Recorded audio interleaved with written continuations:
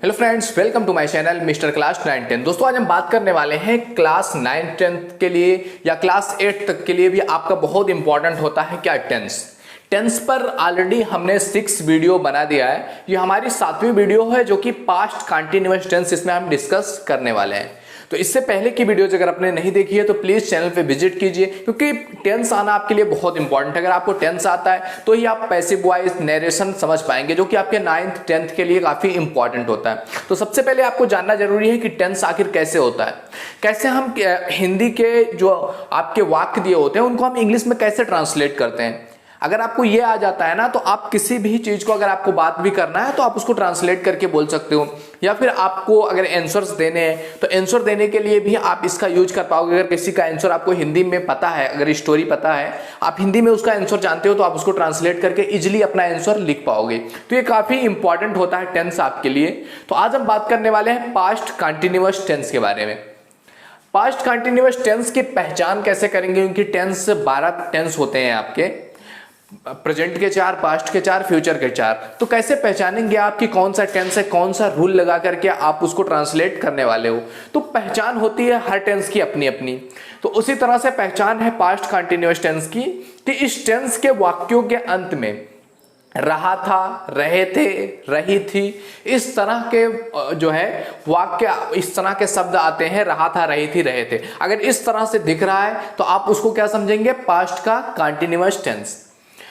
अब हर टेंस के 5 रूप होते हैं।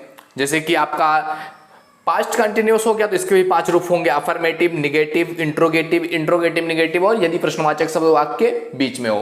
तो पांचों को कैसे हम चेंज करेंगे, उसके लिए क्या फार्मूला होता है, आइए देखते हैं। सबसे पहला सेंटेंस होता है आपका अफर्मेटिव सेंटेंस। अफर्मेटिव यानी कि साधारण वाक्य। साधारण वाक्य क्या होता है, जिसमें ना तो नहीं लगा हो और ना ही क्वेश्चन पूछा गया हो, यानी कि सिंपली केवल बता दिया गया हो, वो कहलाता है आपका क्या, साधारण वाक्य। इसमें क्या होता है, सबसे पहले आपको लिखना होता है क्या, सब्जेक्ट। इसके बाद इसकी हेल्पिंग वर्ब होती है वाज या वेयर। पास्ट कंटिन्यूअस का आपका हेल्पिंग वर्ब होता है वाज या वेयर। अगर एक व्यक्ति है तो वाज लगाएंगे, ज्यादा लोग हैं तो क्या लगाएंगे, वेयर। अगर सिंगल पर्सन है तो लगाएंगे वाज, मल्टीपल पर्सन है तो क्या लगाएंगे, वेयर। इसके बाद वर्ब का फर्स्ट फॉर्म लिखेंगे और उसमें आईएनजी लगाएंगे, और उसके बाद ऑब्जेक्ट, और उसके बाद अगर आपके पास कुछ एक्स्ट्रा बचता है तो आप लिख देंगे। फॉर एग्जाम्पल आइए इसको एक एग्जाम्पल के थ्रू समझते हैं। जैसे कि ये लिखा हुआ एग्जाम्पल, बिल्ली दूध पी रही थी। आपने देखा कि लास्ट में इसमें रही थी आ गया, इसका मतलब ये क्या है, पास्ट कंटिन्यूअस टेंस। तो इसका नियम क्या है, ये इसमें ना नहीं लगा है ना प्रश्न पूछा गया है, इसका मतलब क्या है, ये साधारण वाक्य। आपने तुरंत पहचान लिया कि ये पास्ट कंटिन्यूअस का क्या है, साधारण वाक्य। अब बिल्ली दूध पी रही थी, इसमें पहले क्या लिखना है आपको, सब्जेक्ट। सब्जेक्ट मींस कर्ता, कर्ता यानी कि जो काम को करे। दूध पी, यहां पर पीने वाला काम हो रहा है, कौन पी रहा है, बिल्ली। तो सब्जेक्ट क्या हो गई, बिल्ली। तो बिल्ली को अंग्रेजी में क्या बोलते हैं, कैट। इसके बाद आपको लिखना है वाज या वेयर। बिल्ली अकेली थी या कई बिल्लियां थी, अकेली बिल्ली थी, तो क्या लिखेंगे, वाज। इसके बाद वर्ब का फर्स्ट फॉर्म, वर्ब मींस क्रिया, क्या काम हो रहा है, यहां पीने वाला काम हो रहा है, उसका क्या करना है, फर्स्ट फॉर्म लिखना है। पीने को अंग्रेजी में क्या कहते हैं, ड्रिंक। इसका फर्स्ट फॉर्म लिख करके इसमें क्या लगाना है, आईएनजी, इसमें आईएनजी लगा दिया गया। इसके बाद आपको ऑब्जेक्ट लिखना है, क्या पी रही थी, दूध पी रही थी, तो मिल्क इज द ऑब्जेक्ट। इसके बाद अगर कुछ एक्स्ट्रा बचता है तो लिखना है, बट इसमें कुछ एक्स्ट्रा नहीं बच रहा है तो यहीं पर ये क्या हो जाएगा, इंड। इस तरह से आप ट्रांसलेट कर पाएंगे, बिल्ली दूध पी रही थी। अगर आपको इंग्लिश में बोलना है तो क्या बोलेंगे, कैट वाज ड्रिंकिंग मिल्क। इसके बाद आते हैं सेकंड सेंटेंस पे। सेकंड सेंटेंस है आपका क्या, निगेटिव। निगेटिव यानी कि नकारात्मक, जिसमें नहीं लगा हो। तो इसमें क्या होता है, सब्जेक्ट वाज वेयर सेम उसी तरह से लगते हैं, बस वाज या वेयर जो हेल्पिंग वर्ब है इसके बाद ये नॉट लग जाता है एक्स्ट्रा, और सारा कुछ उसी तरह से रहता है जैसे कि आपका फर्स्ट में था। और सेंटेंस में क्या आ जाता है, नहीं आ जाता है। बिल्ली दूध नहीं पी रही थी, तो कैसे लिखना है, सब्जेक्ट सबसे पहले करता क्या है, कैट। सेम एग्जांपल ले रहा हूं ताकि आपको एक प्रॉब्लम ना हो कि अलग अलग एग्जांपल हो। कैट सब्जेक्ट है आपकी, इसके बाद वाज या वेयर, अकेली है, क्या लगेगा, वाज। इसके बाद वर्ब का फर्स्ट फॉर्म, वर्ब क्या है आपका, ड्रिंक। इसका फर्स्ट फॉर्म क्या, सॉरी, पहले आपको क्या लगाना है, नॉट। अगर नकारात्मक है तो क्या लगाना है, नॉट।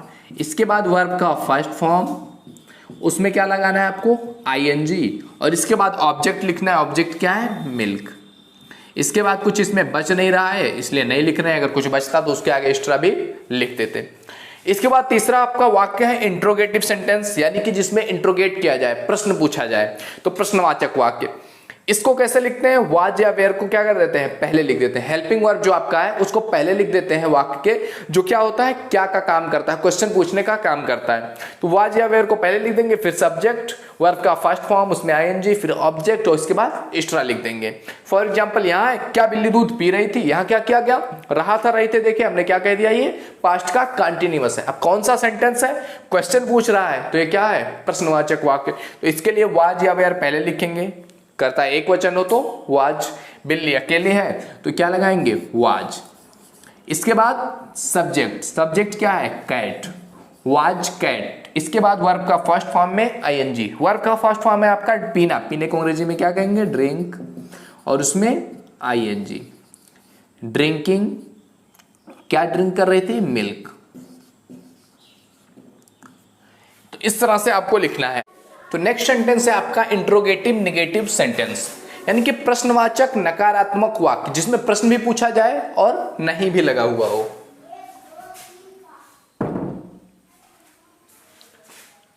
अगला सेंटेंस टाइप है आपका इंट्रोगेटिव नेगेटिव सेंटेंस, प्रश्नवाचक नकारात्मक वाक्य, यानी कि जिसमें प्रश्न भी पूछा जाए और नहीं भी किया हो, ऐसे वाक्यों का क्या कहते हैं, प्रश्नवाचक नकारात्मक वाक्य। इनको लिखते समय क्या देखते हैं, सबसे पहले जो सब्जेक्ट, जो आपका हेल्पिंग वर्ब होता है, वाज या वेयर लिखते हैं, फिर सब्जेक्ट, फिर नहीं के लिए नॉट, वर्ब का फर्स्ट फॉर्म, फिर ऑब्जेक्ट, फिर इसके बाद एक्स्ट्रा जो बचता है वो लिखते हैं।